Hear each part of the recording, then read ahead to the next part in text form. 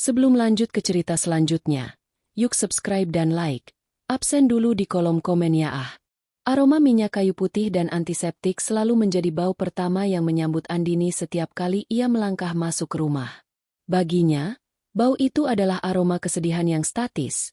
Namun bagi suaminya, Arga, itu adalah aroma rutinitas yang ia peluk dengan ketulusan yang nyaris suci. Di kamar utama yang luas dengan jendela besar menghadap taman, Ibu Ratna terbaring di atas ranjang medis elektrik yang mahal.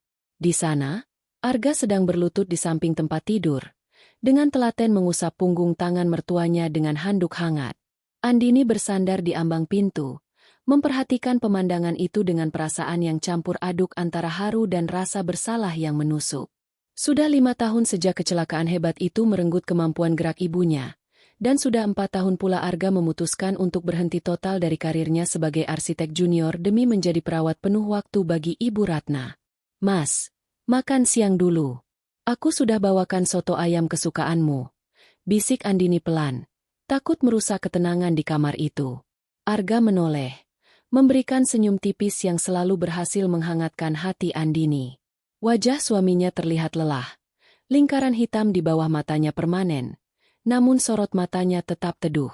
Sebentar lagi, sayang. Ibu baru saja selesai fisioterapi kecil. Aku ingin memastikan sirkulasi darah di kakinya lancar sebelum dia tidur siang. Andini mendekat, lalu duduk di tepi ranjang. Ia menatap ibunya, sosok yang dulu dikenal sebagai Ratu Properti, yang tangguh, kini hanya bisa menggerakkan bola mata dan sedikit jemari tangan kirinya. Ibu, apa kabar hari ini? Arga nakal tidak? Canda Andini. Ibu Ratna hanya diam. Matanya yang sayu menatap Andini, lalu perlahan beralih ke arah Arga. Ada sesuatu dalam tatapan itu yang seringkali gagal diterjemahkan oleh Andini. Ketakutan? Kerinduan? Atau kepasrahan? Namun, sebelum Andini sempat mendalaminya, Arga sudah lebih dulu membelai dahi Ibu Ratna dengan sangat lembut, seolah-olah ia sedang membelai porselen retak yang sangat berharga. Ibu hari ini sangat hebat, Endin. Dia menghabiskan seluruh bubur sumsumnya, ujar Arga bangga. Aku tidak butuh suster. Benar kan, Bu? Tidak ada yang bisa mengerti keinginan ibu sepertiku. Andini menghela napas panjang. Mas, aku kadang merasa sangat jahat. Aku anak kandungnya, tapi aku justru menghabiskan waktu di kantor sementara kamu yang terjebak di sini, mengurusi segala hal yang kotor dan melelahkan. Kamu bahkan tidak pernah pergi berlibur atau sekadar nongkrong dengan teman-temanmu lagi. Arga berdiri, merapikan selimut Ibu Ratna hingga ke dada, memastikan tidak ada lipatan yang akan membuat kulit mertuanya lecet. Ia kemudian merangkul bahu Andini dan menuntunnya keluar kamar menuju ruang makan. Endin, sejak kita menikah, ibumu adalah ibuku juga.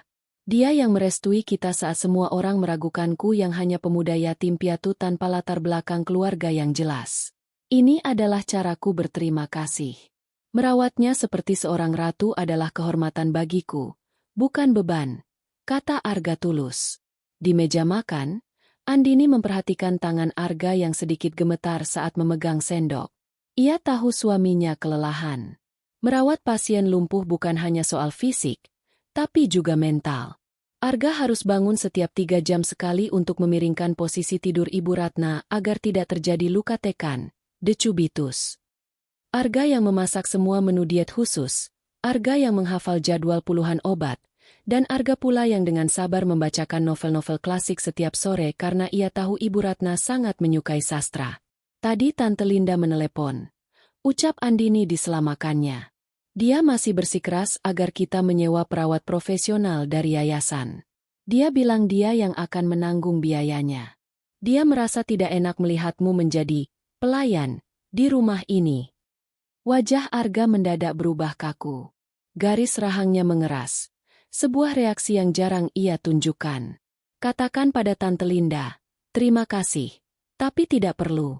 Tidak ada orang asing yang boleh menyentuh ibu. Mereka tidak akan punya kesabaran yang sama. Mereka hanya bekerja demi uang, sedangkan aku melakukannya karena kewajiban. Tapi Mas, kamu juga butuh hidup, sela Andini. Inilah hidupku sekarang, Endin. Menjaga apa yang tersisa dari keluarga kita, jawab Arga tegas, mengakhiri perdebatan itu. Sore harinya, Andini mengintip dari balik pintu ruang tengah. Arga sedang duduk di kursi kayu di samping ranjang Ibu Ratna. Cahaya matahari senja masuk melalui celah gorden, menciptakan siluet yang dramatis. Arga sedang membacakan puisi karya Hairil Anwar. Suaranya rendah dan berwibawa, mengisi keheningan kamar yang pengap oleh bau obat. Andini melihat jemari ibunya bergetar hebat di atas sprei. Air mata mengalir dari sudut mata Ibu Ratna. Arga segera meletakkan bukunya, mengambil tisu, dan menyeka air mata itu dengan gerakan yang sangat perlahan, hampir seperti sebuah ritual. "Jangan menangis, Bu," bisik Arga. Suaranya terdengar begitu manis, namun jika Andini mendengarkan lebih jeli, ada nada dingin yang tersembunyi di baliknya. "Kita masih punya banyak waktu bersama. Aku tidak akan membiarkan ibu pergi secepat itu. Ibu harus tetap di sini, melihatku, merasakanku sampai semuanya tuntas." Andini tersenyum di balik pintu. Ia mengira suaminya sedang memberikan kata-kata penguatan agar ibunya tetap semangat berjuang melawan sakitnya. Ia merasa menjadi wanita paling beruntung di dunia karena memiliki suami yang begitu berbakti. Ia tidak pernah menyangka bahwa setiap belayan, setiap suapan, dan setiap bait puisi yang dibacakan Arga adalah bagian dari jaring-jaring rahasia yang sudah ditenun dengan sangat rapi selama bertahun-tahun. Di dalam kamar, di bawah pengawasan Arga yang begitu setia, Ibu Ratna hanya bisa memandang langit-langit dengan jeritan yang terkunci di dalam tenggorokannya. Sang ratu memang dirawat dengan mewah, namun ia sadar bahwa ia sebenarnya berada di dalam penjara yang dibangun oleh orang yang paling ia takuti. Malam itu, saat salju imajiner dari kesunyian menyelimuti rumah mereka, Arga kembali ke kamar mertuanya setelah Andini terlelap. Ia berdiri di kegelapan, menatap sosok renta yang tak berdaya itu. "Tidurlah yang nyenyak, ratuku," bisik Arga sambil mematikan lampu nakas. "Besok adalah hari lain di mana ibu harus terus hidup untuk membayar semuanya. Apakah Anda ingin saya melanju?" Bulan-bulan berlalu, dan rumah besar bergaya kolonial milik keluarga Ibu Ratna semakin menyerupai sebuah kuil yang didedikasikan hanya untuk satu dewi, Ibu Ratna sendiri. Arga telah mengubah seluruh dinamika rumah tangga mereka menjadi sebuah sistem pendukung kehidupan yang sangat canggih. Tidak ada debu yang boleh menempel di bingkai foto, tidak ada suara bising yang boleh mengganggu jam istirahat siang sang mertua, dan yang paling krusial, tidak ada seorang pun yang boleh masuk ke kamar Ibu Ratna tanpa seizin Arga. Arga menciptakan sebuah protokol. Setiap pagi pukul 6 tepat, ia akan membuka gorden kamar Ibu Ratna dengan presisi yang sama setiap harinya. Ia menyekat tubuh mertuanya dengan air hangat yang dicampur dengan minyak esensial lavender yang mahal. Ia memastikan sprei sutra yang digunakan tidak memiliki lipatan sekecil apapun, karena menurutnya, seorang ratu tidak boleh merasakan tekstur yang kasar. Andini seringkali merasa seperti tamu di rumahnya sendiri. Suatu sore, ia pulang lebih awal dari kantor dan mendapati Arga sedang menyuapi ibunya dengan bubur sarang burung walet yang dimasak selama berjam-jam. "Mas, kenapa harus sesempurna ini?" tanya Andini sambil meletakkan tasnya. "Maksudku, dokter bilang diet bubur biasa sudah cukup. Sarang burung walet itu sangat mahal dan sulit disiapkan." Arga tidak menoleh. Matanya tetap fokus pada bibir Ibu Ratna yang kaku, memastikan tidak ada setetes pun cairan yang tumpah ke dagu sang mertua. "Ibumu menghabiskan hidupnya dengan kemewahan, Endin. Menurunkan standarnya sekarang hanya akan membuatnya merasa semakin terpuruk. Aku ingin dia merasa bahwa meskipun tubuhnya tidak bisa bergerak, martabatnya tetap utuh." Andini terdiam. Jawaban Arga selalu masuk akal, selalu penuh dengan logika kasih sayang yang sulit dibantah. Namun, Tante Linda, adik kandung Ibu Ratna, mulai menyuarakan kegelisahan yang berbeda. Minggu siang itu, Tante Linda datang berkunjung. Sebagai seorang wanita sosialita yang blak-blakan, ia selalu merasa ada yang tidak beres dengan pengabdian Arga. Saat Arga pergi ke dapur untuk menyiapkan teh herbal khusus, Tante Linda menyelinap ke kamar kakaknya. Andini mengikuti dari belakang. Mereka mendapati Ibu Ratna sedang menatap jendela. Saat melihat Linda, mata Ibu Ratna tampak melebar. Ada getaran hebat di tangan kirinya. Jemarinya mencengkeram sprei dengan kuat. "Ratna, ini aku, Linda," ucap Tante Linda sambil memegang tangan kakaknya. "Ya Tuhan, Endin, lihat matanya." Dia seolah ingin meneriakkan sesuatu. "Dia hanya senang melihat Tante," jawab Andini mencoba menenangkan diri sendiri. "Tidak, Endin. Ini bukan tatapan senang. Ini tatapan orang yang tercekik." Linda berbisik tajam. Ia kemudian memeriksa pergelangan tangan kakaknya dan mengernyit. "Kenapa ada bekas merah di sini? Seperti bekas ikatan." Andini terperanjat dan mendekat. "Mungkin itu karena posisi tidurnya, Tante." Arga sangat hati-hati. "Tidak mungkin dia." "Ada masalah, Tante Linda?" Suara Arga yang berat dan tenang tiba-tiba terdengar dari pintu. Tante Linda tersentak. Arga berdiri di sana dengan nampan berisi teh. Wajahnya datar. Namun matanya menatap Linda dengan intensitas yang membuat bulu kuduk berdiri. "Arga, aku bertanya-tanya soal bekas merah di tangan Ratna ini," ujar Linda, keberaniannya sedikit goyah. Arga berjalan mendekat tanpa ragu. Ia meletakkan nampan, lalu dengan lembut mengambil tangan Ibu Ratna dari genggaman Linda. "Oh, itu. Semalam ibu mengalami tremor yang cukup hebat. Untuk mencegahnya melukai wajahnya sendiri atau mencabut selang makan secara tidak sengaja, aku harus menahan tangannya dengan lembut menggunakan kain kasa lembut. Saya sudah berkonsultasi dengan dokter tentang ini. Itu demi keamanan ibu." Arga mengelus bekas merah itu dengan jempolnya. Ibu Ratna memejamkan mata erat-erat. Tubuhnya tampak menegang. "Tante harus mengerti," lanjut Arga sambil menatap Linda tepat di mata.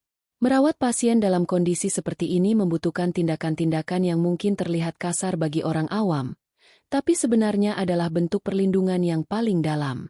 Saya tidak mengharapkan orang lain mengerti beban ini." Kata-kata Arga mengandung teguran halus yang membuat Linda merasa seperti orang luar yang tidak tahu apa-apa. Linda terdiam, namun kecurigaannya tidak padam. Setelah Arga meninggalkan kamar untuk mengantar teh ke ruang tamu, Linda berbisik pada Andini. "Endin, perhatikan suamimu. Dia tidak pernah membiarkan ibumu sendirian. Dia tidak pernah membiarkan pintu kamar ini terbuka jika dia tidak ada di sini. Ini bukan merawat, Endin. Ini menjaga. Seperti penjaga penjara yang menjaga tahanan paling berharganya." "Tante, itu keterlaluan," bantah Andini dengan nada tersinggung. "Arga sudah mengorbankan karirnya. Dia tidak mengambil gaji. Dia menggunakan uang tabungannya sendiri untuk beberapa kebutuhan ibu. Bagaimana mungkin Tante menuduhnya begitu?" Namun, benih keraguan mulai tumbuh. Malam itu, Andini terbangun karena haus. Saat ia melewati lorong menuju dapur, ia melihat cahaya redup keluar dari kamar ibunya. Pintunya sedikit terbuka, sebuah pemandangan yang langka. Andini mengintip. Di dalam, tidak ada lampu yang menyala, hanya cahaya bulan yang masuk dari jendela. Arga tidak sedang tidur di sofa kecil di sudut kamar seperti biasanya. Ia sedang berdiri di sisi ranjang, membungkuk sangat dekat ke wajah Ibu Ratna. Andini tidak bisa mendengar apa yang dikatakan Arga, tapi ia melihat Arga membisikkan sesuatu tepat di telinga ibunya. Suara itu bukan suara lembut yang biasa didengar Andini. Itu adalah bisikan yang ritmis, tajam, dan dingin. Ia melihat ibunya gemetar hebat, tremor yang dikatakan Arga. Tapi kali ini, Andini menyadari sesuatu yang mengerikan. Ibunya tidak sedang mengalami serangan saraf. Ibunya sedang menangis tanpa suara. Air matanya membanjiri bantal sutranya. Sementara Arga hanya berdiri di sana, mengamati setiap tetes air mata itu dengan kepuasan yang ganjil. Arga kemudian mengambil sebuah buku catatan kecil dari saku celananya, menuliskan sesuatu di sana, lalu mencium dahi Ibu Ratna dengan penuh takzim. "Besok adalah hari ke-1800. Ibu. Kita hampir sampai di puncak penderitaan yang sempurna," bisik Arga yang kali ini terdengar samar di telinga Andini. Andini mundur perlahan. Jantungnya berdegup kencang. Hari ke-1800? Puncak penderitaan? Apa maksud suaminya? Ia kembali ke kamarnya dengan tubuh dingin. Ia menatap sisi tempat tidur Arga yang kosong. Suaminya adalah pahlawan di mata semua orang. Menantu yang merawat mertuanya bak seorang ratu di dalam menara gading. Namun di balik tembok rumah mewah ini, Andini mulai merasa bahwa menara gading itu sebenarnya adalah ruang penyiksaan yang paling indah yang pernah diciptakan manusia. Esok paginya, Arga kembali menjadi sosok yang hangat. Ia membuatkan sarapan favorit Andini dan menceritakan betapa nyenyaknya tidur Ibu Ratna semalam.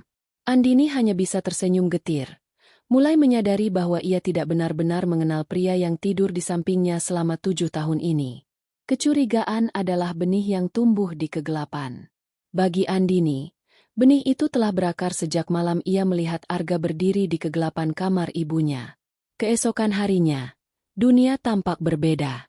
Warna-warna di rumah itu terasa lebih pucat, dan keheningan yang biasanya menenangkan kini terasa mencekam. Andini memutuskan untuk tidak langsung mengonfrontasi Arga. Ia tahu suaminya adalah ahli dalam menyusun logika. Jika ia bertanya sekarang, Arga pasti punya penjelasan medis atau filosofis yang akan membuatnya merasa bodoh dan bersalah karena telah meragu. Maka, Andini memilih jalan lain. Ia mulai memperhatikan hal-hal kecil yang selama ini ia abaikan. Ia mulai dari ruang kerja pribadi Arga di sudut rumah yang jarang ia masuki. Arga selalu mengatakan bahwa ruangan itu berantakan dengan berkas-berkas lama dari masa ia masih bekerja sebagai arsitek. Namun, saat Andini berhasil masuk menggunakan kunci cadangan yang ia temukan di laci dapur, ia tidak menemukan cetak biru bangunan atau maket rumah. Ruangan itu sangat rapi, terlalu rapi untuk seseorang yang mengaku tidak sempat mengurus diri sendiri. Di atas meja kerja Arga, terdapat sebuah kalender meja. Setiap tanggal disilang dengan tinta merah. Andini menghitungnya. Hitungan itu tepat berakhir pada hari ini, yang jika dijumlahkan dari awal kecelakaan ibunya, cocok dengan angka yang dibisikkan Arga semalam. 1801 hari, gumam Andini lirih. Tangannya gemetar saat ia membuka laci meja. Di sana, ia menemukan sebuah map kulit tua berisi potongan koran yang sudah menguning. Potongan koran itu memuat berita tentang kecelakaan maut 10 tahun lalu. Kecelakaan yang melibatkan mobil mewah ibunya dan sebuah mobil tua milik seorang sopir pengantar barang. Di berita itu, disebutkan bahwa sopir tersebut tewas di tempat, dan putranya, seorang remaja, dinyatakan selamat namun kehilangan segalanya. Andini mengernyit. Selama ini, ia tahu ayahnya meninggal dalam kecelakaan itu dan ibunya lumpuh. Tapi ia tidak pernah benar-benar mencari tahu tentang pihak lawan dalam kecelakaan tersebut. Ibunya selalu berkata bahwa itu adalah murni kecelakaan tunggal karena remblong. Namun, potongan koran ini menceritakan versi yang berbeda. Ada mobil lain yang hancur berkeping-keping. Tiba-tiba, suara langkah kaki terdengar di koridor. Andini dengan cepat menutup laci dan keluar dari ruangan itu tepat sebelum Arga muncul dari balik belokan. "Endin, sedang apa di sini?" tanya Arga. Ia membawa nampan berisi obat-obatan ibunya. Ekspresinya tenang, namun matanya yang tajam menyapu posisi tubuh Andini yang berdiri di depan pintu ruang kerjanya. "Ah, aku mencari gunting kuku, Mas. Sepertinya aku menyimpannya di sini waktu itu," jawab Andini, mencoba mengatur napasnya agar tidak terdengar memburu. Arga tersenyum, senyuman yang kini terasa seperti topeng di mata Andini. "Gunting kuku ada di laci kamar kita. Sayang, kamu pasti lelah karena kurang tidur. Sini, duduklah sebentar." Arga menuntunnya ke ruang tengah. Lalu ia kembali ke kamar Ibu Ratna. Karena rasa penasaran yang tak terbendung, Andini tidak duduk. Ia mengikuti Arga dengan sangat pelan, tanpa alas kaki, agar langkahnya tak terdengar di atas lantai marmer. Ia berdiri di balik pintu kamar yang sedikit terbuka. Di dalam, Arga sedang melakukan rutinitas pembersihan siang hari. Namun, ada yang aneh. Arga tidak sedang membacakan buku atau puisi. Ia sedang memegang sebuah foto lama, foto seorang pria sederhana yang wajahnya sangat mirip dengan Arga. "Lihat ini, Ratu." Suara Arga terdengar serak dan penuh kebencian yang tertahan. "Ini ayahku. Orang yang kau sebut sampah jalanan dalam laporan polisi itu." Orang yang kau biarkan namanya membusuk di penjara demi nama baik perusahaanmu. Andini menutup mulutnya dengan tangan. Jantungnya berdegup kencang hingga ia merasa bisa pingsan kapan saja. Apa maksud Arga? Penjara? Ibunya bilang itu kecelakaan tunggal. Kau tahu, Ibu Ratna. Lanjut Arga sambil mendekatkan foto itu ke mata Ibu Ratna yang kini mulai berkaca-kaca. Merawatmu seperti ratu adalah cara terbaik untuk memastikanmu tidak mati terlalu cepat. Jika kau mati 10 tahun lalu, itu adalah berkah bagimu. Tapi tetap hidup dalam kondisi ini, dilayani oleh anak dari pria yang kau hancurkan itu adalah hukuman yang lebih indah dari tiang gantungan. Ibu Ratna mengeluarkan suara rintihan kecil, suara nguik yang memilukan dari tenggorokannya yang rusak. Ia mencoba memalingkan wajah, namun Arga dengan lembut. Namun dengan kekuatan yang tak terbantahkan, menahan dagunya agar tetap menatap foto itu. Jangan buang muka. Seorang ratu harus berani menatap rakyatnya. Bisik Arga. Andini mundur perlahan. Air mata mulai mengalir di pipinya. Seluruh dunia yang ia bangun bersama Arga runtuh seketika. Cinta yang ia agungkan, pengabdian yang ia banggakan di depan teman-temannya, ternyata hanyalah sebuah drama balas dendam yang sangat panjang dan sistematis. Ia ingin berteriak, ingin masuk ke kamar itu dan mengusir Arga. Namun, ia menyadari satu hal, Arga memiliki kontrol penuh atas rumah ini. Arga memegang kunci semua obat-obatan ibunya. Arga tahu setiap sudut rumah ini lebih baik daripada dirinya. Jika ia gegabah, ia tidak tahu apa yang akan dilakukan Arga padanya atau pada ibunya. Sore itu, saat Arga sedang sibuk di dapur, Andini masuk ke kamar ibunya. Ia memastikan Arga tidak melihat. Ia duduk di samping ibunya, menggenggam tangannya yang dingin. "Ibu," bisik Andini. "Ibu bisa dengar aku? Jika benar Arga adalah orang yang berbahaya, gerakan jempol ibu sekali." Ibu Ratna menatap anaknya dengan tatapan yang sangat dalam, penuh dengan penderitaan. Perlahan, dengan usaha yang luar biasa besar, jempol kirinya bergerak. Klik. Lalu sekali lagi. Lalu, Ibu Ratna melakukan sesuatu yang mengejutkan. Ia menggunakan sisa kekuatannya untuk menunjuk ke arah sebuah lukisan besar di dinding kamar. Lukisan potret dirinya saat masih muda. Di belakang bingkai lukisan itu, Andini melihat secarik ujung kertas yang menyembul. Sebelum Andini sempat mengambil kertas itu, suara Arga terdengar dari lantai bawah, memanggil namanya untuk makan malam. "Endin, soto ayamnya sudah siap." Andini segera melepaskan tangan ibunya dan merapikan selimut. Ia menatap ibunya untuk terakhir kalinya sebelum keluar, memberikan isyarat bahwa ia mengerti. Di dalam hatinya, ia berjanji akan mengungkap semua ini. Namun ia tidak tahu bahwa apa yang tertulis di dalam kertas di balik lukisan itu akan jauh lebih mengejutkan daripada sekadar motif balas dendam Arga. Kertas itu bukan hanya sekadar catatan medis, melainkan sebuah wasiat rahasia yang telah disiapkan Ibu Ratna dengan sisa-sisa kesadarannya. Sebuah pengakuan yang akan mengubah status korban dan pelaku dalam rumah itu selamanya. Ketegangan di rumah itu kini terasa seperti benang yang ditarik terlalu kencang, siap putus kapan saja. Sejak menemukan potongan koran dan melihat perlakuan dingin Arga, Andini merasa seperti hidup bersama orang asing.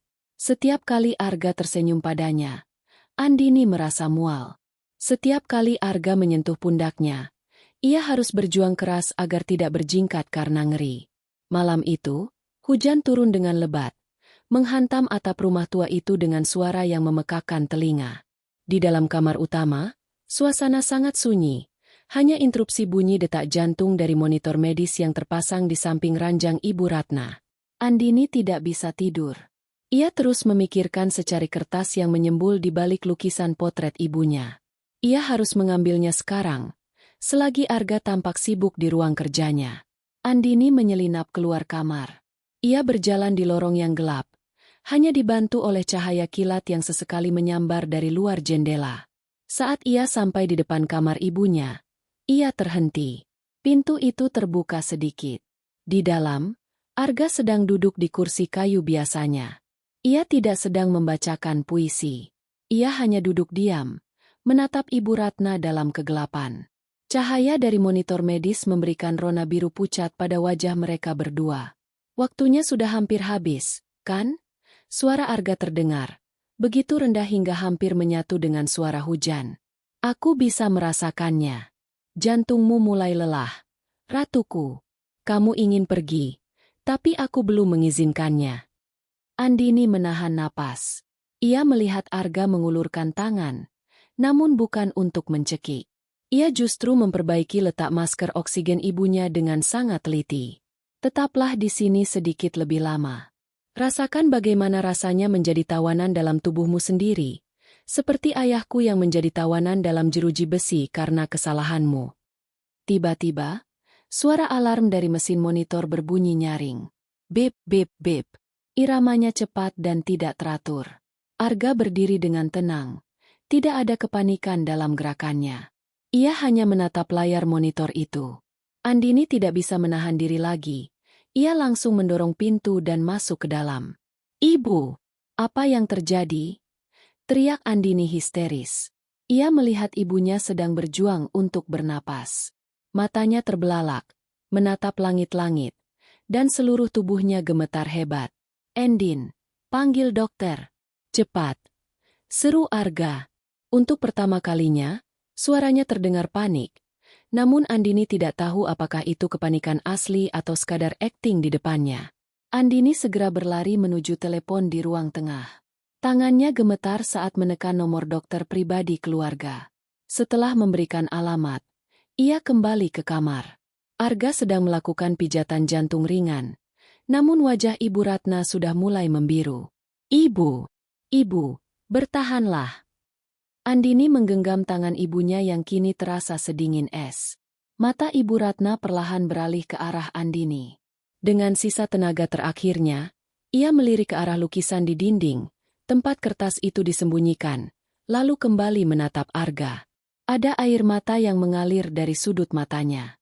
Bukan air mata ketakutan, melainkan sesuatu yang tampak seperti permohonan maaf yang terlambat. Suara monitor itu tiba-tiba berubah menjadi satu nada panjang yang memekakan telinga. Bip! Garis di layar itu menjadi datar. "Ibu? Ibu!" Andini mengguncang bahu ibunya, namun tubuh itu sudah lemas. Arga perlahan berhenti melakukan pijatan jantung.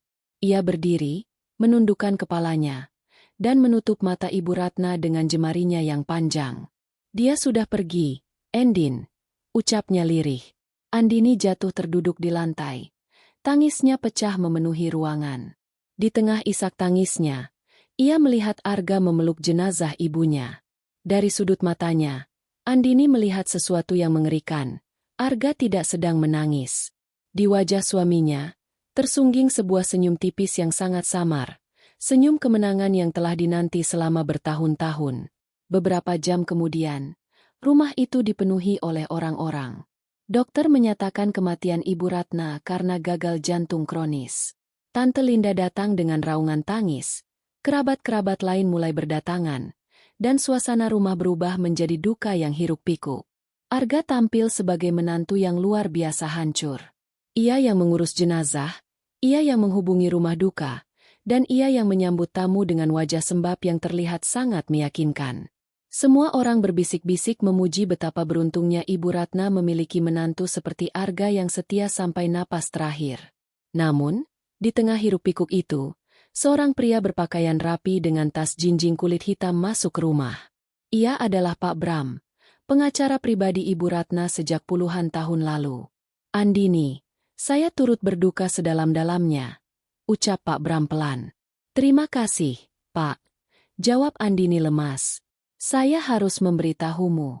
Ibumu memberikan instruksi yang sangat spesifik sebelum dia kehilangan kemampuannya untuk berkomunikasi. Dia meminta saya untuk segera membuka wasiatnya tepat setelah dia wafat, di hadapan seluruh keluarga besar dan suamimu," kata Pak Bram. Andini menoleh ke arah Arga yang sedang berdiri di pojok ruangan. Arga tampak sedikit terkejut mendengarnya, namun ia segera menguasai diri. "Tentu, Pak Bram. Jika itu keinginan ibu, kami akan mematuhinya. Tapi, bukankah sebaiknya setelah pemakaman?" "Instruksinya adalah segera," tegas Pak Bram. Beliau bilang, kebenaran tidak bisa menunggu 1 hari pun lagi. Keluarga besar dikumpulkan di ruang tamu luas yang kini dipenuhi karangan bunga. Arga duduk di samping Andini. Tangannya merangkul bahu istrinya dengan protektif. Namun Andini merasa seolah-olah sedang dirangkul oleh seekor ular. Pak Bram mengeluarkan sebuah amplop besar berwarna coklat yang masih bersegel lilin. Wasiat ini ditulis oleh Ibu Ratna secara bertahap dalam 2 tahun terakhir, dibantu oleh asisten saya melalui bahasa isyarat dan catatan tertulis yang diverifikasi secara hukum. Pak Bram menarik napas panjang, lalu mulai membacakan baris pertama.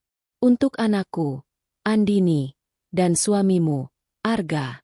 Selama bertahun-tahun, aku hidup dalam kemewahan yang diberikan oleh pria yang menyebut dirinya pelayan setia.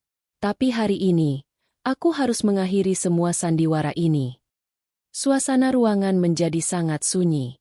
Arga memperbaiki posisi duduknya. Matanya menajam. Isi wasiat ini mungkin akan membuat kalian semua syok. Namun, kebenaran tentang siapa Arga sebenarnya, dan apa yang terjadi 10 tahun lalu, harus diketahui. Ternyata, selama ini suamiku rupanya bukan hanya sekadar anak dari pria yang aku hancurkan hidupnya, melainkan... Pak Bram berhenti sejenak, menatap Arga dengan tatapan yang sulit diartikan, sebelum melanjutkan kalimat yang akan mengubah segalanya. Udara di ruang tamu itu seolah membeku. Suara rintik hujan yang masih tersisa di luar terdengar seperti ketukan jari yang gelisah di kaca jendela. Puluhan pasang mata tertuju pada Pak Bram, sang pengacara, yang masih memegang lembaran kertas dengan tangan yang sedikit bergetar. Andini merasakan remasan tangan Arga di bahunya mengencang, bukan sebagai bentuk dukungan, melainkan seperti cengkeraman predator yang sedang waspada. Pak Bram berdeham, membetulkan letak kacamatanya, lalu melanjutkan membaca dengan suara yang lebih berat. Ternyata selama ini, suamimu, Arga, rupanya bukanlah anak kandung dari sopir yang meninggal dalam kecelakaan 10 tahun lalu. Arga adalah anak kandung dari suamiku sendiri, mendiang ayahmu, dari wanita lain yang selama ini aku sembunyikan keberadaannya. Keheningan yang mencekam itu pecah oleh suara pekikan tertahan dari Tante Linda. Andini merasa dunianya berputar. Ia menoleh ke arah Arga dengan tatapan tidak percaya. Arga tetap mematung. Namun wajahnya yang biasanya tenang kini memucat pasi. Rahangnya terkatup rapat, dan matanya menatap tajam ke arah wasiat di tangan Pak Bram. Selama puluhan tahun, Pak Bram melanjutkan, aku menyimpan rahasia ini. Ayahmu memiliki hubungan gelap dengan seorang wanita sederhana, istri dari sopir perusahaan kita. Saat kecelakaan itu terjadi, pria yang meninggal di kursi kemudi itu bukan hanya sekadar sopir, tapi dia adalah pria yang telah merawat Arga sebagai anaknya sendiri, meskipun dia tahu Arga adalah darah daging ayahmu. Aku menggunakan kekuasaanku untuk mengubur fakta itu, menyuap polisi, dan membiarkan dunia percaya bahwa kecelakaan itu murni kesalahan sang sopir. Andini melepaskan tangan Arga dari bahunya dengan kasar. Ia berdiri, napasnya tersengal. Apa maksudnya ini, Pak Bram? Arga adalah kakakku? Kakak tiri. Pak Bram tidak langsung menjawab. Ia membalik halaman wasiat itu. Bukan hanya itu. Aku baru menyadari niat asli Arga saat dia melamarmu. Aku tahu dia datang bukan untuk cinta, tapi untuk mengambil kembali apa yang dia rasa menjadi haknya sebagai putra sulung keluarga ini. Aku membiarkan dia merawatku, membiarkan dia menjadi pelayan di rumah ini, karena itu adalah hukumanku baginya. Aku ingin dia merasa terhina dengan melayani wanita yang telah menghancurkan hidup ibunya. Namun, aku salah. Arga jauh lebih licik. Arga tiba-tiba tertawa. Suara tawa itu rendah, serak, dan terdengar sangat mengerikan di tengah suasana duka tersebut. Ia berdiri pelan-pelan, merapikan jas hitamnya yang tanpa celah. Jadi, si tua itu akhirnya bicara juga. Ucap Arga dengan nada yang sangat dingin, sangat jauh dari sosok suami penyabar yang selama ini dikenal. Aku mengira dia akan membawa rahasia busuk itu ke liang lahat. Arga, kamu tahu. Suara Andini bergetar hebat. Kamu tahu kita satu darah dan kamu tetap menikahiku. Arga menatap Andini dengan tatapan yang sulit diartikan. Ada kebencian. Namun ada juga secercah rasa kasihan yang ganjil. Kita tidak satu darah. Andini, ibumu adalah istri sah ayahku. Tapi kamu bukan anak kandung ayah. Ayahmu mandul. Kamu adalah anak hasil adopsi yang dia bawa untuk menutupi aib keluarganya. Hanya aku satu-satunya pemegang darah murni keluarga ini yang tersisa. Ruangan itu kembali gaduh. Tante Linda pingsan di kursi. Sementara kerabat lain mulai saling berbisik dengan nada menuduh. Pak Bram mengetukkan tangannya ke meja untuk menenangkan suasana. Masih ada lanjutannya, ujar Pak Bram tegas. Karena pengkhianatan dan manipulasi yang dilakukan Arga selama merawatku, Pak Bram membaca baris terakhir. Maka dengan ini aku nyatakan bahwa seluruh harta kekayaan keluarga, termasuk rumah ini dan perusahaan, tidak jatuh ke tangan Andini maupun Arga.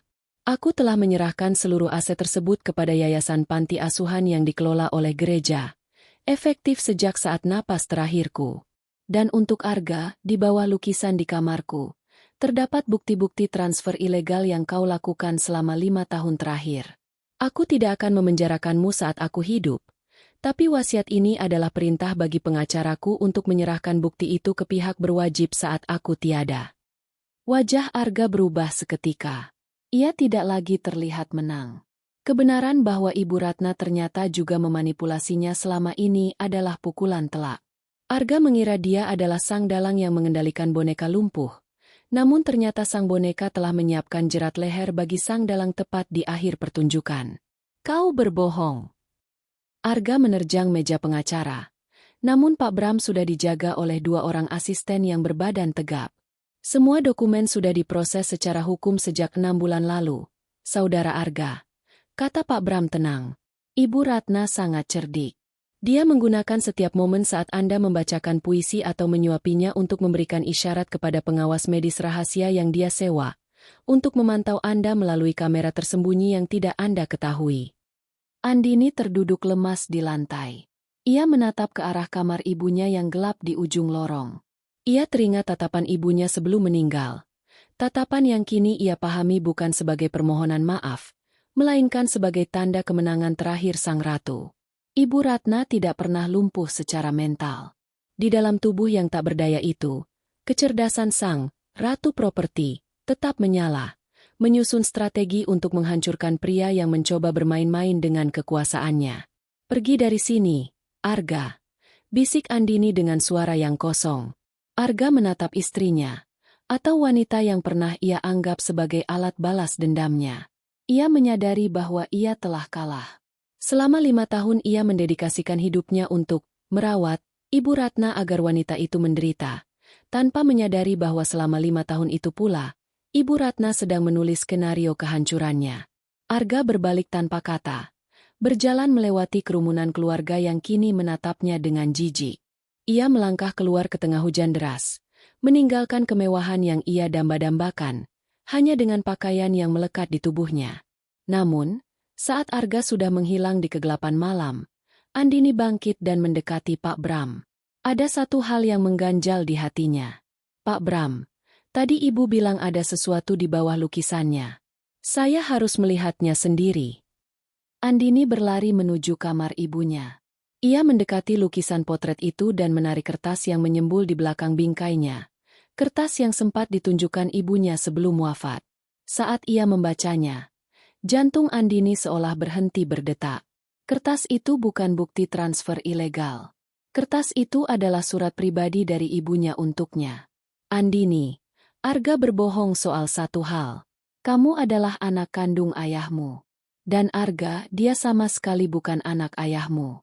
Dia hanya orang asing yang termakan oleh kebohongan yang aku ciptakan sendiri agar dia mau merawatku sampai mati. Aku telah menciptakan monster, dan aku baru saja membuangnya untukmu. Andini meremas kertas itu. Ibunya telah memanipulasi mereka semua, termasuk Arga dan dirinya, hingga akhir hayatnya. Surat di tangan Andini terasa lebih berat daripada bongkahan batu.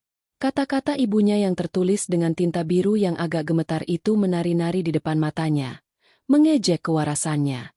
Arga bukan anak ayahmu. Dia hanya orang asing yang termakan kebohongan yang aku ciptakan.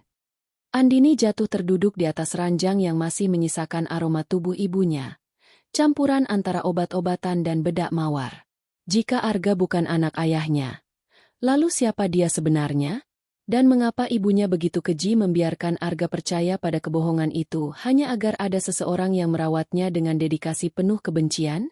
Di luar, suara sirine polisi mulai terdengar mendekat. Kemungkinan besar dipanggil oleh Pak Bram sesuai instruksi wasiat. Andini tahu ia tidak punya banyak waktu. Ia harus menemukan bukti-bukti yang disebutkan dalam wasiat. Bukti transfer ilegal yang digunakan ibunya untuk menjerat Arga. Namun, setelah membaca surat rahasia ini, ia ragu apakah bukti-bukti itu benar-benar ada atau hanya gertakan lain dari sang ratu. Andini meraba bagian bawah bingkai lukisan potret ibunya dengan lebih teliti. Tangannya menyentuh sebuah tonjolan kecil di balik kanvas. Dengan sekali sentakan, ia menarik sebuah amplop hitam kecil yang tertempel rapat di sana. Di dalamnya bukan berisi catatan bank, melainkan sebuah kunci brankas kecil dan sebuah foto lama yang sangat usang. Foto itu memperlihatkan ibunya saat muda, berdiri di depan sebuah panti asuhan yang sudah lama ditutup. Di samping ibunya, berdiri seorang wanita yang wajahnya sangat mirip dengan wanita dalam foto yang dibawa Arga, ibu kandung Arga. Namun, yang membuat Andini merinding adalah keterangan di balik foto tersebut. Proyek Adopsi Terpadu, 1992. Subjek, Bayi 07, Arga, dan Bayi 09, Andini. Lutut Andini lemas. Subjek, Bayi 09? Jadi, aku juga bukan anak kandungnya. Bisik Andini pada kegelapan. Suara langkah kaki berat terdengar di ambang pintu. Andini menoleh dengan cepat.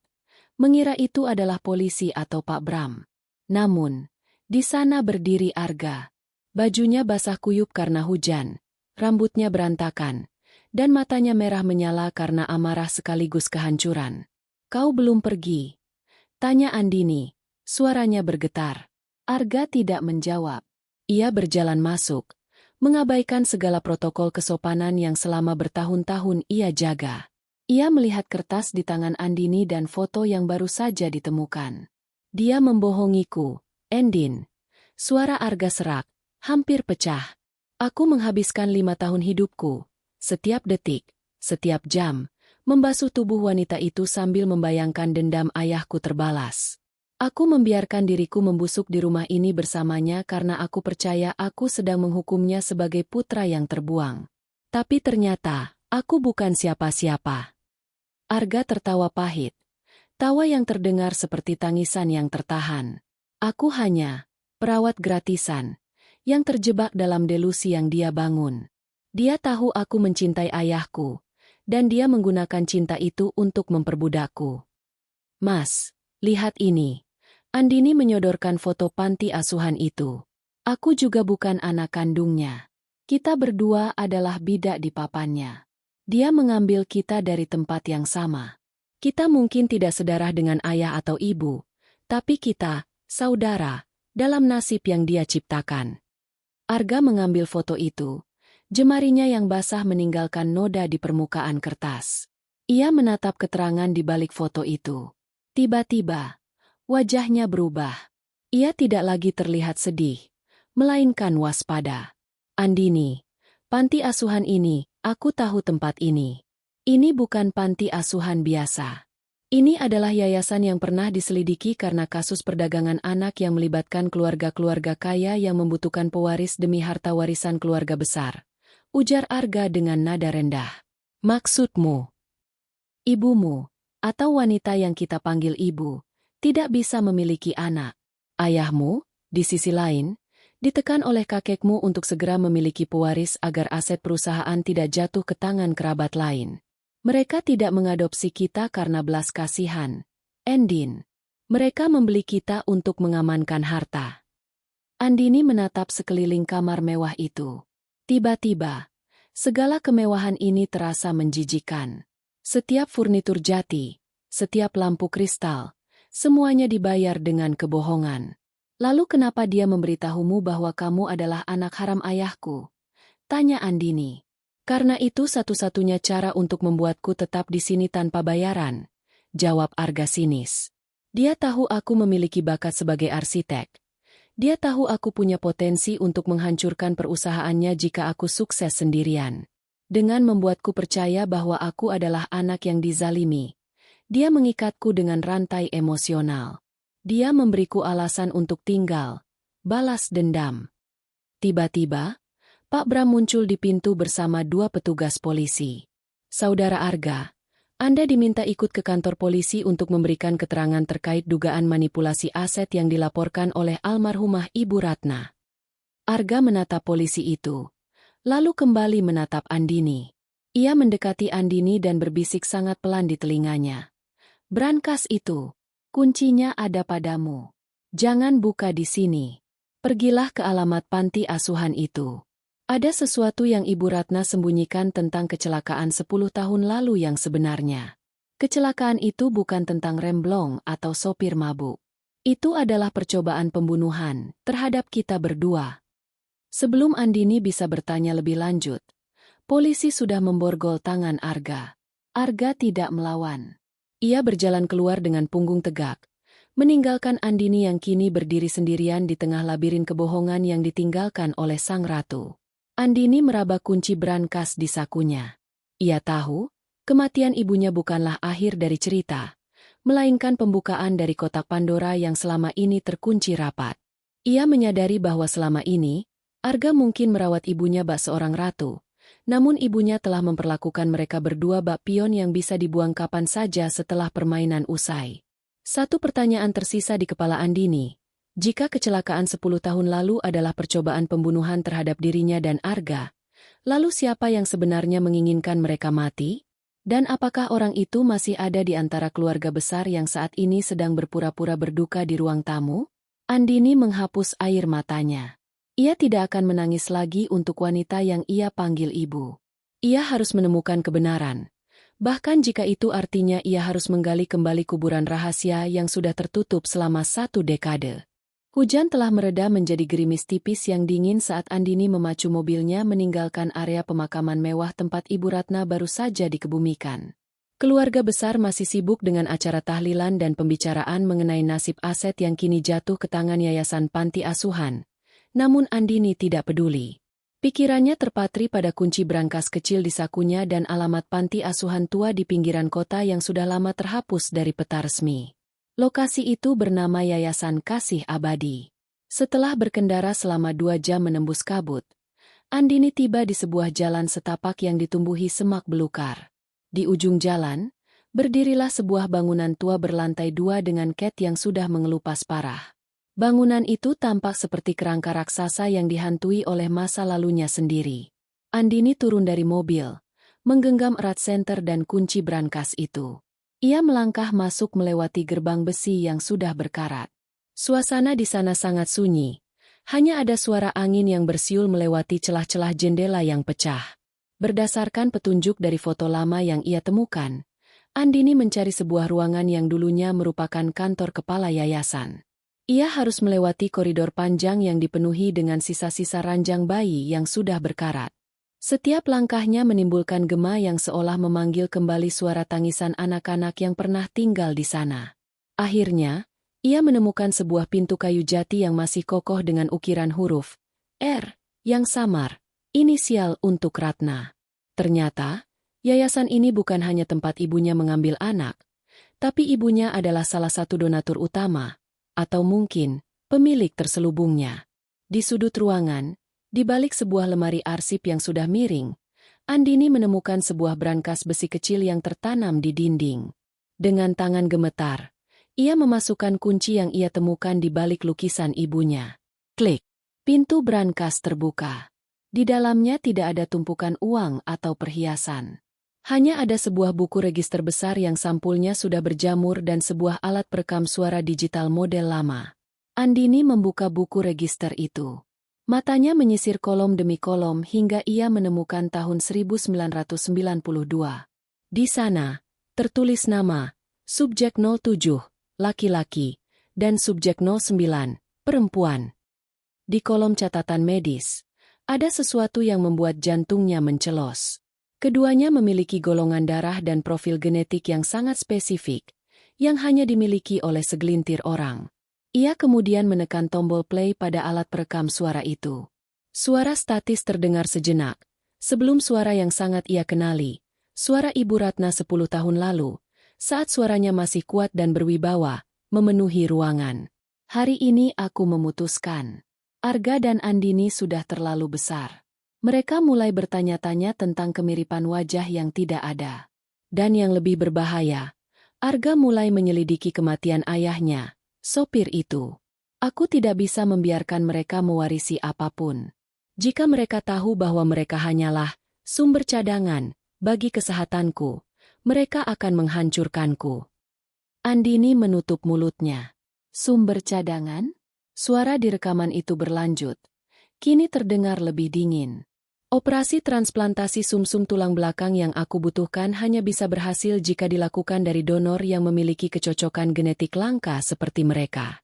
Aku mengadopsi mereka bukan untuk menjadi anak, tapi sebagai asuransi kesehatan berjalan. Tapi sekarang, Arga terlalu pintar. Dia mulai mencurigai alasanku selalu mengambil sampel darah mereka secara rutin. Aku harus melenyapkan mereka sebelum mereka menjadi ancaman. Kecelakaan itu harus terjadi besok. Biarkan sopir malang itu yang disalahkan. Air mata Andini jatuh di atas buku register itu. Jadi, kecelakaan maut itu bukan hanya untuk menyingkirkan sopir yang tahu terlalu banyak, tapi sebuah upaya pembunuhan berencana terhadap dirinya dan Arga agar Ibu Ratna bisa mengklaim asuransi jiwa mereka sekaligus menghilangkan bukti praktik ilegal di panti asuhan ini. Namun, rencana itu gagal. Ayah Andini, yang saat itu juga ada di mobil, ternyata mengetahui rencana istrinya di detik-detik terakhir. Ia membanting setir untuk menyelamatkan anak-anak di kursi belakang, namun ia sendiri harus membayar dengan nyawanya. Ibu Ratna selamat namun lumpuh. Sebuah ironi yang memaksanya hidup dalam tubuh yang ia coba selamatkan dengan cara yang keji. Tiba-tiba, sebuah bayangan muncul di ambang pintu. Andini tersentak dan menjatuhkan alat perekam itu. Jadi, kamu sudah tahu semuanya, Endin. Itu adalah Tante Linda. Namun, wajahnya tidak lagi terlihat seperti wanita sosialita yang lemah. Ia berdiri tegak, memegang sebuah pistol kecil di tangannya. Matanya yang biasanya ramah kini berkilat dengan ambisi yang tajam. Tante Linda? Apa yang Tante lakukan di sini? Tanya Andini. Suaranya nyaris hilang karena ketakutan. Ratna memang cerdik. Tapi dia egois, ucap Linda sambil melangkah masuk. Dia ingin memiliki semua aset itu sendirian. Kamu tahu kenapa dia memberikan wasiat itu kepada yayasan? Karena yayasan itu sekarang berada di bawah kendaliku. Dialah yang memintaku mengawasi Arga selama ini. Tapi dia tidak tahu bahwa aku juga menginginkan lebih. Linda tertawa kecil, suara yang sangat kontras dengan kesunyian panti asuhan itu. Arga mengira dia sedang balas dendam dengan merawat Ratna. Padahal, Ratna membiarkan dirinya dirawat oleh Arga karena dia tahu, selama Arga berada di dekatnya, Arga tidak akan pernah menemukan bukti-bukti ini. Arga adalah penjaga sekaligus tahanan tanpa dia sadari. Tante terlibat dalam kecelakaan itu. Tanya Andini. Aku yang memotong kabel rem mobil itu. Endin. Sayangnya, supir bodoh itu dan kakak iparku malah merusak rencana yang sudah rapi. Harusnya kalian berdua mati hari itu, dan aku bisa menguasai perusahaan lebih cepat tanpa harus menunggu Ratna menjadi mayat hidup selama 10 tahun. Linda mengarahkan pistolnya tepat ke arah dada Andini. Sekarang, setelah Arga di penjara dan Ratna sudah di tanah, hanya kamu satu-satunya penghalang yang tersisa. Serahkan buku register itu. Andini mundur hingga punggungnya menempel pada dinding yang dingin. Ia merasa terjepit. Namun, di tengah keputusasaannya, ia teringat satu hal.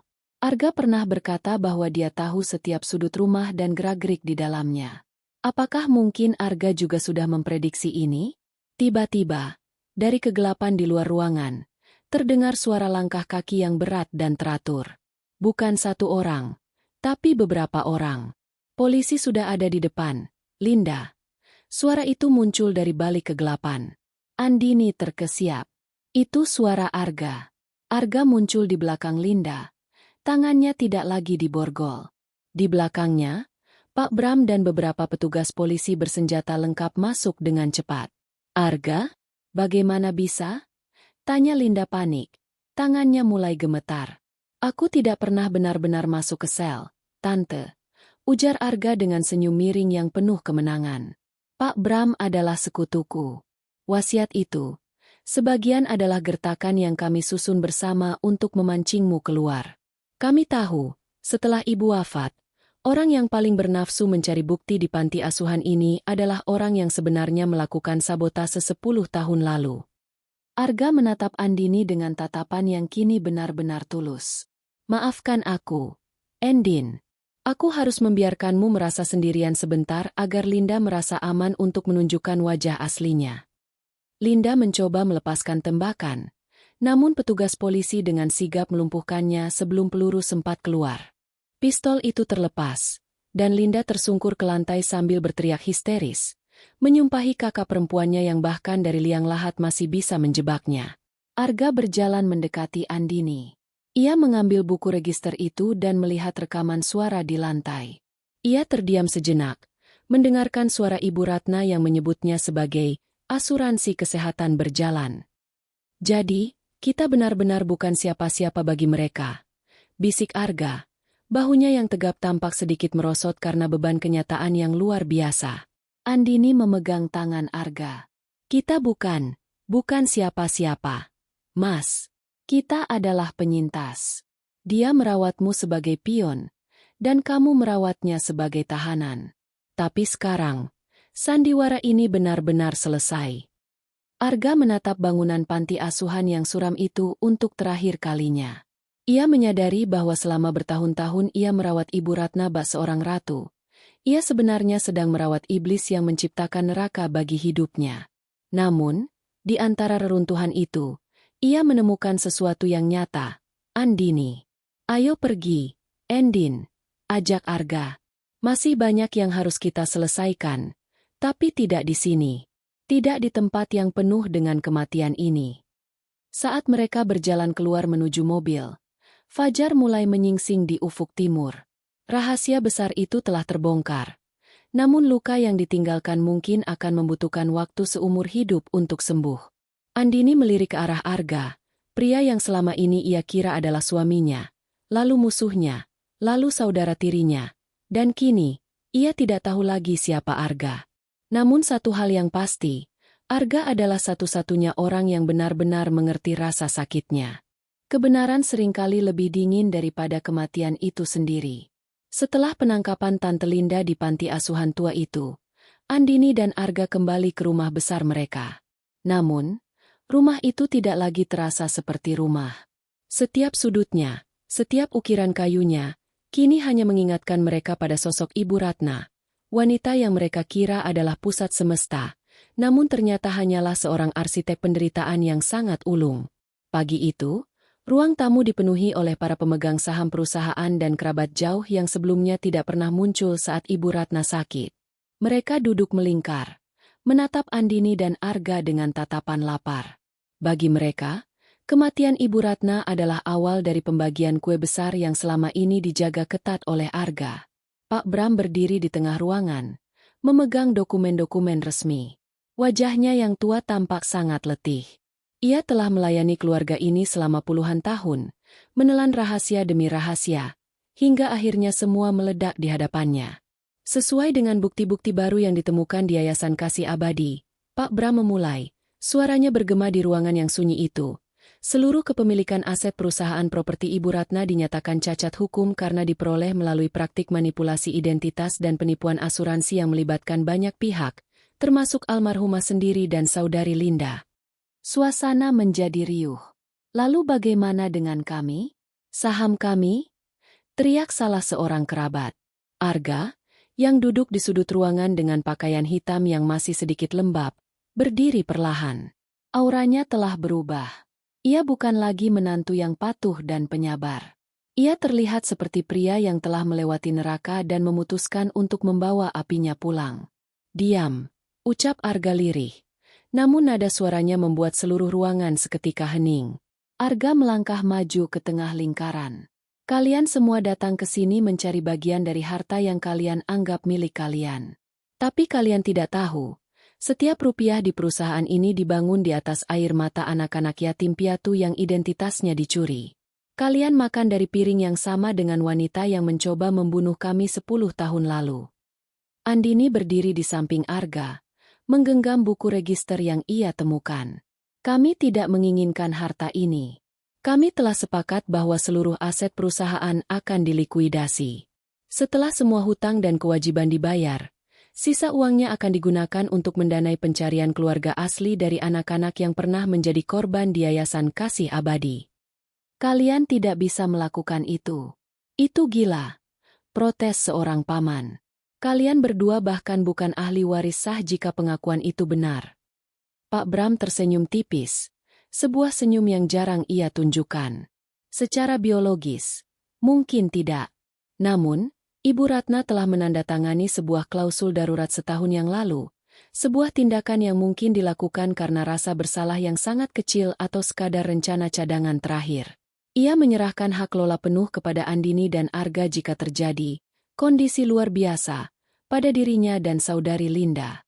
Dan kondisi itu kini terpenuhi. Arga menatap orang-orang di ruangan itu dengan tatapan jijik. Kalian punya waktu 1 jam untuk keluar dari rumah ini. Jika tidak, saya akan menyerahkan nama-nama kalian yang pernah menerima aliran dana ilegal dari proyek-proyek fiktif Ibu Ratna kepada polisi yang saat ini sedang menunggu di luar.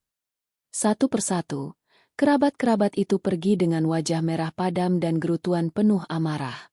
Ruangan itu akhirnya kosong, menyisakan keheningan yang menyesakkan. Andini menatap Arga. Mas, apa yang akan kita lakukan sekarang?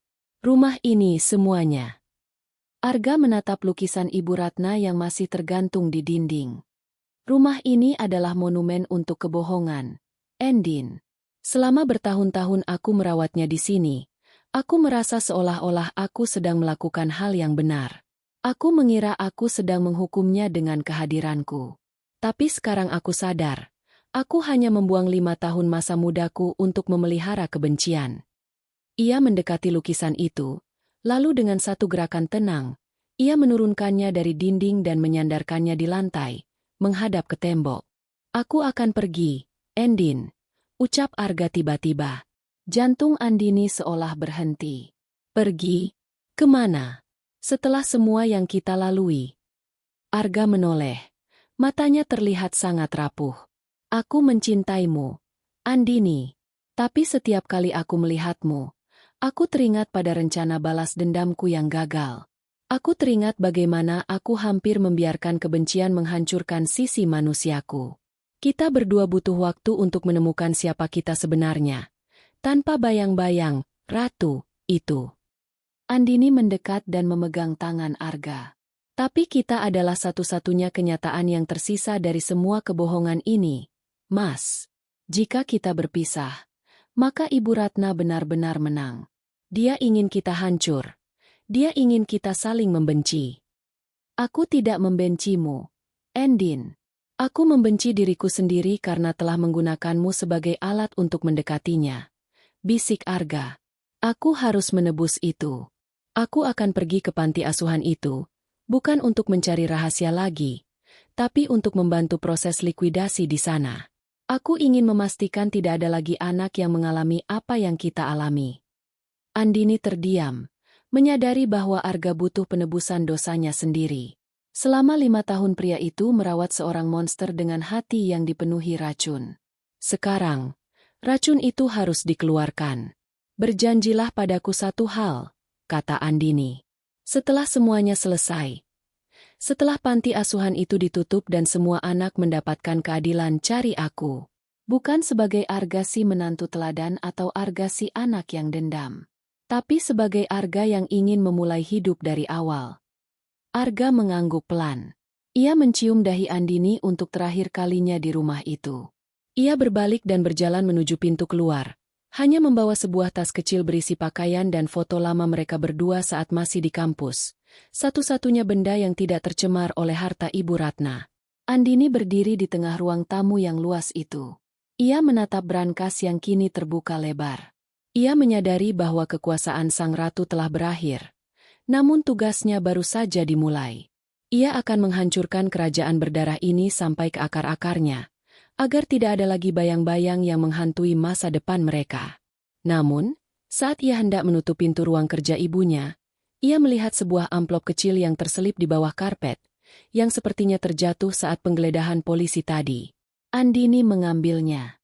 Di sana tertulis nama, "Untuk Arga, rahasia terakhir." Andini ragu. Apakah ia harus membukanya? Ataukah ini adalah satu lagi jerat yang disiapkan ibunya dari balik kubur? Andini duduk di lantai ruang kerja yang kini terasa dingin dan asing. Amplop kecil di tangannya terasa seperti bara api. Selama bertahun-tahun, ia mengira telah mencapai dasar dari sumur rahasia keluarganya. Namun setiap kali ia menggali, ia selalu menemukan lapisan kebohongan yang baru. Dengan napas yang tertahan, ia merobek pinggiran amplop itu. Di dalamnya hanya ada selembar kertas catatan medis kusam dari sebuah rumah sakit di luar negeri dan sebuah kunci kecil berwarna perak dengan gantungan berbentuk bunga melati. Andini membaca catatan medis itu. Isinya bukan tentang transplantasi atau golongan darah langka, melainkan sebuah hasil tes DNA yang dilakukan secara rahasia 25 tahun yang lalu. Mata Andini membelalak. Catatan itu menyatakan bahwa subjek laki-laki, Arga, memiliki kecocokan genetik 99,9% dengan ayah Andini. Jadi, Arga benar-benar anak ayah? Bisik Andini tak percaya. Lalu kenapa di surat sebelumnya Ibu Ratna menulis bahwa Arga adalah orang asing? Kenapa dia sengaja menyesatkan mereka di saat-saat terakhirnya? Andini membalik kertas itu dan menemukan tulisan tangan ibunya yang tajam dan miring, ditulis dengan tinta merah yang sudah memudar. Aku benci kenyataan bahwa darah pelacur itu mengalir di rumah ini. Aku memberitahu Arga bahwa dia bukan siapa-siapa agar dia merasa tidak punya hak atas apapun. Aku memberitahumu bahwa dia adalah kakakmu agar kalian tidak akan pernah bisa saling memiliki dengan tenang. Kebenaran adalah apapun yang aku katakan. Dan sekarang, kebenaran itu akan membuat kalian gila. Andini meremas kertas itu dengan kemarahan yang membuncah. Ibu Ratna bukan hanya ingin merawat tubuhnya, dia ingin merawat penderitaan anak-anaknya bahkan setelah dia mati. Dia memberikan informasi yang saling bertentangan kepada Arga dan Andini agar mereka tidak pernah bisa mempercayai satu sama lain sepenuhnya. Dia ingin memutus ikatan cinta mereka dengan keraguan yang abadi. Andini segera bangkit. Ia harus menemukan Arga. Pria itu baru saja pergi beberapa jam yang lalu, dan dengan beban mental yang ia bawa, Arga bisa saja melakukan hal-hal yang nekat. Andini berlari menuju mobilnya, mengabaikan Pak Bram yang memanggilnya dari teras. Ia memacu mobilnya menuju Pelabuhan Lama, tempat di mana Arga pernah bercerita bahwa ayahnya, sopir itu, sering mengajaknya memancing. Itu adalah satu-satunya tempat yang Arga anggap sebagai tempat pelarian dari kemewahan rumah yang menyesakan. Saat tiba di sana, angin laut bertiup kencang, membawa aroma garam dan karat. Di ujung dermaga yang sudah lapuk, ia melihat sosok tinggi Arga sedang berdiri menatap cakrawala yang menghitam. Arga tampak sangat kecil di hadapan luasnya samudra, seolah-olah dia siap ditelan oleh ombak. "Mas Arga!" teriak Andini. Arga menoleh. Wajahnya tampak sangat lelah, seolah-olah energi hidupnya telah terkuras habis. "Endin, kenapa kamu di sini? Aku sudah bilang, aku harus pergi." "Kamu tidak bisa pergi dengan membawa kebohongan lain di pundakmu." Andini berlari mendekat. Napasnya tersengal. Ia menyodorkan kertas catatan medis itu kepada Arga. "Ibu membohongi kita lagi. Surat yang aku baca di panti asuhan itu adalah racun terakhirnya untuk memisahkan kita. Mas, lihat ini. Kamu benar-benar anak ayah. Kamu bukan bayi subjek yang dibeli. Kamu adalah darah dagingnya." Arga membaca kertas itu perlahan. Tangannya gemetar. Lalu kenapa? Kenapa dia melakukan ini? Kenapa dia membiarkanku merasa seperti orang asing yang mencuri kehidupan orang lain? Karena dia takut padamu, Mas. Dia takut jika kamu tahu kamu adalah pewaris sah, kamu akan mengusirnya sejak lama. Dia membuatmu merasa berhutang budi atau merasa sebagai pengkhianat agar dia bisa mengendalikanmu. Jelas Andini dengan air mata mengalir. Dan soal aku memang bukan anak kandung ayah. Aku adalah bayi yang dia ambil dari panti asuhan itu untuk menggantikan anak kandungnya yang meninggal saat lahir. Dia ingin memiliki anak sempurna untuk dipamerkan. Sementara kamu adalah pengingat akan kegagalannya sebagai istri. Arga jatuh berlutut di atas kayu dermaga. Realitas yang menghantamnya terlalu berat. Selama bertahun-tahun ia merawat wanita itu dengan dendam seorang anak sopir. Padahal dia memiliki hak untuk berdiri tegak sebagai pemilik rumah itu. Dia telah diperbudak oleh rasa bersalah yang diciptakan secara artifisial. Semua pengabdianku, semua suapan yang kuberikan padanya, itu semua didasarkan pada kebohongan yang dia ciptakan untuk menghinaku. Suara Arga pecah menjadi tangisan yang selama ini ia tahan. Andini berlutut di depannya, memeluk kepala suaminya dengan erat. Tidak, Mas. Pengabdianmu itu nyata. Itu menunjukkan bahwa meskipun kamu dididik dalam kebencian, kamu tetap memiliki hati yang mampu merawat. Dia mencoba mengubahmu menjadi monster. Tapi dia gagal. Kamu tetap menjadi manusia, sementara dia mati sebagai iblis. Di tengah tangisannya, Arga meraba saku celananya dan mengeluarkan kunci melati yang diberikan Andini tadi. Kunci ini adalah kunci loker di stasiun pusat. Ayahku, maksudku, pria yang membesarkanku, pernah bilang jika sesuatu terjadi padanya, aku harus mengambil warisan yang sebenarnya di sana. Mereka berdua bangkit. Harapan baru mulai tumbuh di tengah puing-puing kehancuran. Mereka menyadari bahwa selama ini Ibu Ratna mencoba mengubur benih-benih kebenaran. Namun benih itu tidak pernah mati. Malam itu, mereka pergi ke stasiun pusat. Di dalam loker tua nomor 180, mereka menemukan sebuah kotak kayu kecil. Di dalamnya bukan berisi surat wasiat atau dokumen hukum, melainkan buku harian ayah kandung Arga dan sebuah kaset rekaman video lama. Mereka membawa kotak itu kembali ke sebuah hotel kecil. Tidak ingin menginjakan kaki lagi di rumah besar itu. Saat memutar video tersebut, mereka melihat sosok ayah Andini yang tampak jauh lebih bahagia, sedang menggendong seorang bayi laki-laki di sebuah taman. Arga, anakku. Suara pria di video itu terdengar lembut. Jika kamu melihat ini, berarti aku sudah tidak ada. Aku terpaksa menjauhkanmu demi keselamatanmu dari kemarahan Ratna. Tapi ketahuilah, setiap aset yang aku bangun, aku beri kode atas namamu. Bukan untuk membuatmu kaya, tapi agar kamu punya kekuatan untuk memperbaiki apa yang rusak di keluarga ini. Dan jika suatu saat kamu bertemu dengan adikmu, Andini, jagalah dia. Dia tidak tahu apa-apa tentang kegelapan ibunya. Video itu berakhir dengan senyuman sang ayah. Arga dan Andini terdiam.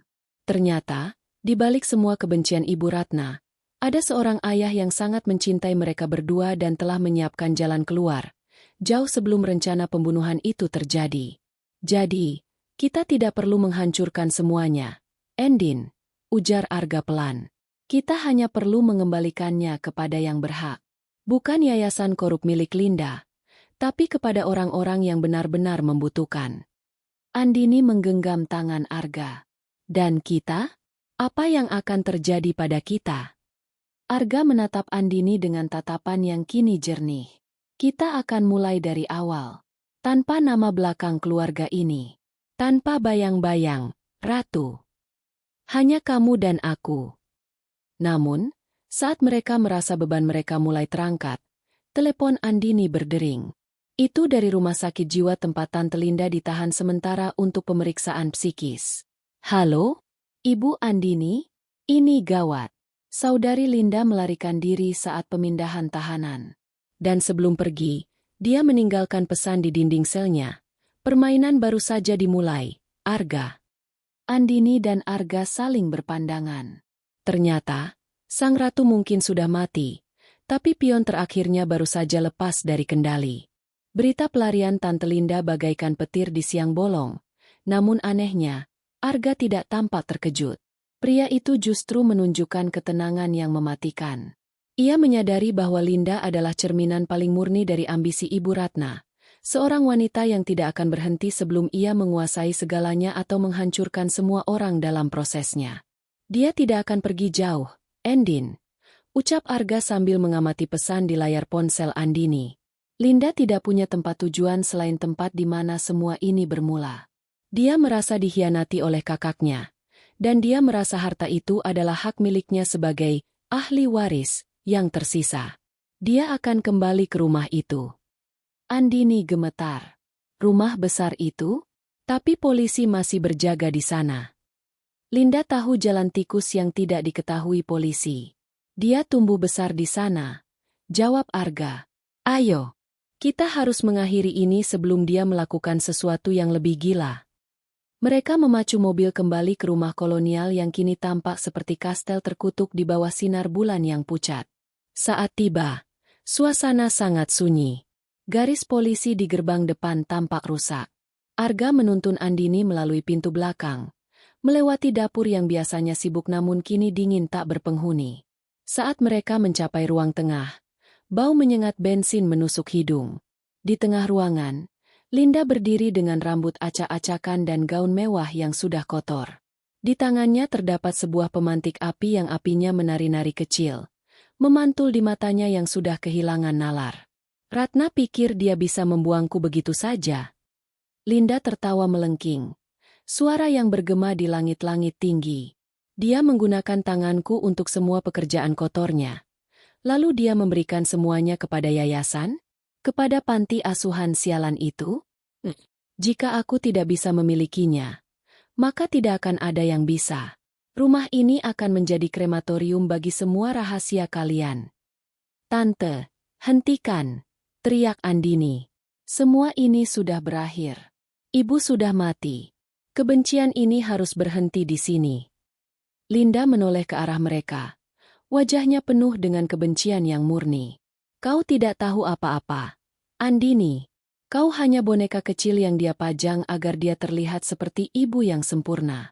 Dia membencimu karena kau adalah pengingat bahwa dia gagal memberikan keturunan. Ia lalu menunjuk Arga dengan pemantik itu.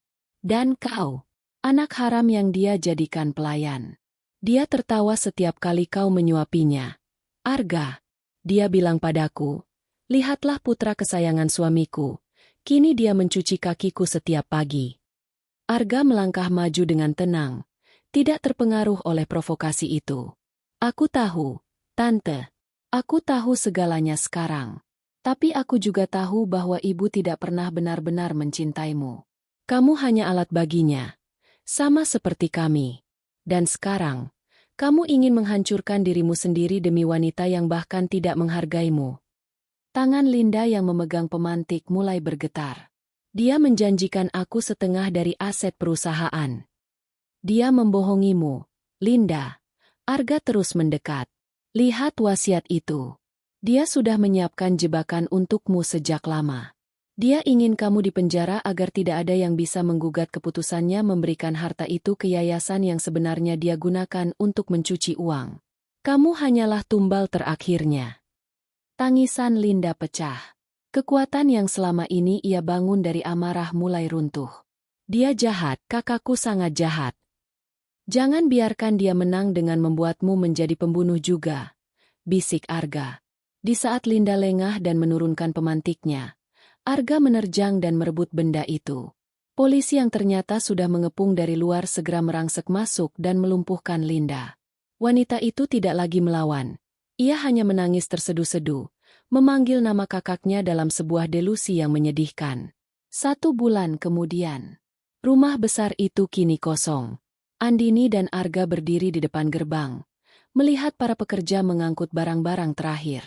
Berdasarkan kesepakatan hukum yang dibantu Pak Bram, rumah itu dijual, dan seluruh hasilnya disalurkan untuk membiayai operasi pencarian keluarga asli anak-anak korban Yayasan Kasih Abadi, serta membangun panti asuhan baru yang dikelola secara transparan dan manusiawi.